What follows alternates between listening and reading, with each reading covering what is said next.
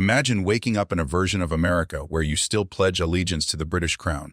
The flag outside your school isn't red, white, and blue. It's the Union Jack. There's no president, no Capitol Hill, and no constitution. Instead, your head of state lives across the Atlantic, in Buckingham Palace. Independence Day never happened. George Washington, just a failed traitor whose rebellion was crushed.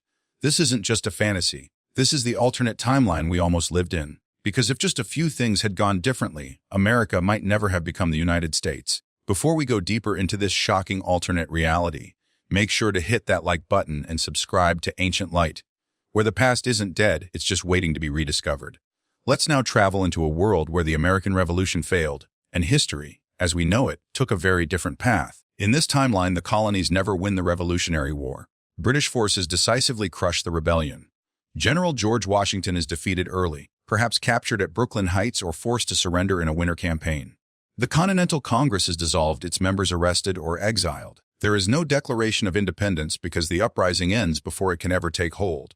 With the rebellion silenced, the colonies are brought back into full imperial control. Massachusetts is placed under martial law.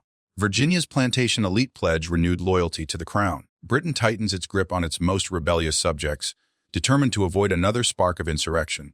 Without a successful revolution, there's no United States of America, just British America. 13 colonies remain tethered to a distant monarchy. Local assemblies exist, but they are powerless. Final authority comes from London. Every law, every tax, every decision must pass through the Crown's hands. There is no U.S. Constitution, no Bill of Rights. The rights Americans would come to cherish, freedom of speech, religion, the press, don't develop in the same way. The concept of individual liberty becomes something foreign, alien, even dangerous. Dissent is treated as sedition. Political expression is tightly regulated. Public gatherings require royal approval. Protest is criminalized. Democracy, as we know it, never blooms on American soil. And the ripple effect doesn't end there.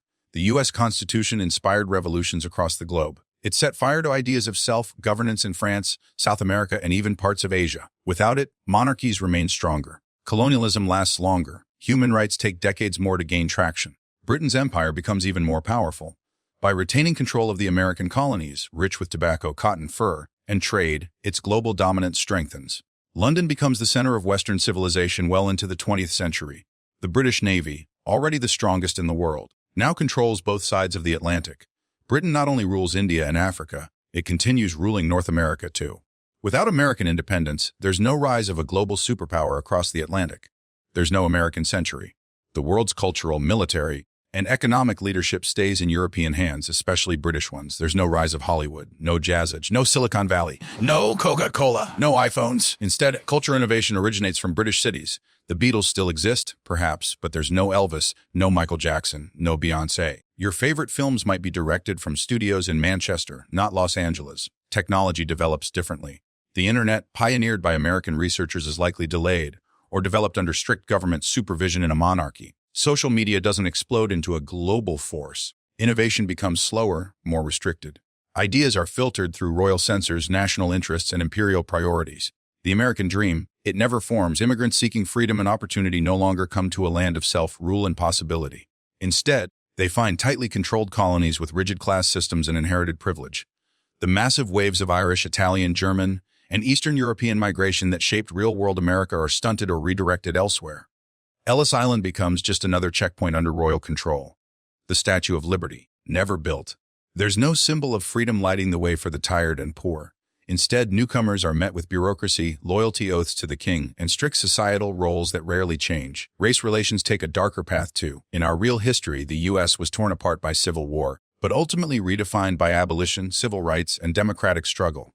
In British America, slavery might be abolished later, or in ways designed to protect British economic interests, not moral principles.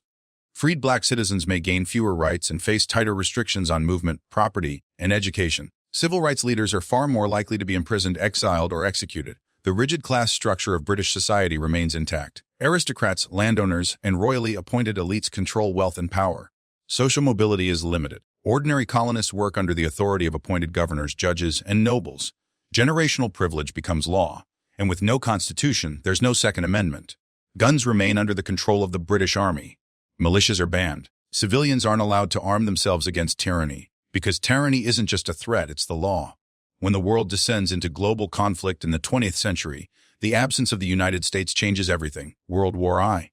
Britain still leads the Allies. But without American troops, it faces devastating losses. World War II, no D-Day landings, no U.S. arsenal of democracy. Nazi Germany may last longer. The Manhattan Project doesn't exist. Nuclear weapons might be developed later or by someone else entirely.